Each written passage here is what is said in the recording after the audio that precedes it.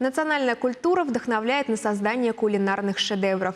Ко дню чувашской вышивки слаженная команда кондитерской «Планеты» изготовила съедобный вариант чувашского национального костюма.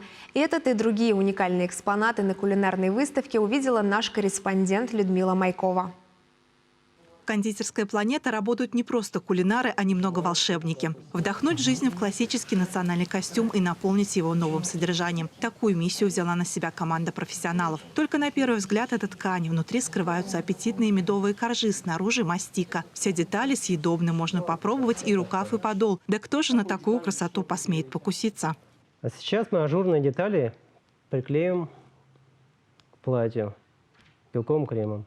Мастер-кондитер Российской Федерации Юрий Сиволоп принимал непосредственное участие в создании этого кулинарного шедевра. Вместе с командой единомышленников изучали книги. Несколько раз ездили на экскурсии в музеи. Вдохновившие их экспонаты нашли в Музее национальной вышивки. На создание произведения кондитерского искусства ушло 8 месяцев. Старались передать объем, изгибы и текстуру ткани, рассказывают кондитеры. Передать на 100% ту вышивку, которая представлена в том платье, невозможно. То есть материалы разные. Там идет нить, здесь идет крем, где-то съедобные какие-то краски и так далее. Но мы максимально постарались все-таки представить это платье в оригинальном варианте. К празднику в кондитерской подготовили выставку своих лучших изделий. Так или иначе, национальные мотивы звучат в каждой из них. Когда ездишь на выставке, там трудно чем-то людей удивить. А мы стараемся показать свою культуру.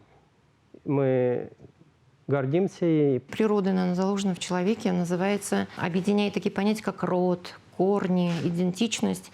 И вот, видимо, именно этим объясняется наше стремление показать вот в наших работах отношение к своей Чувашии.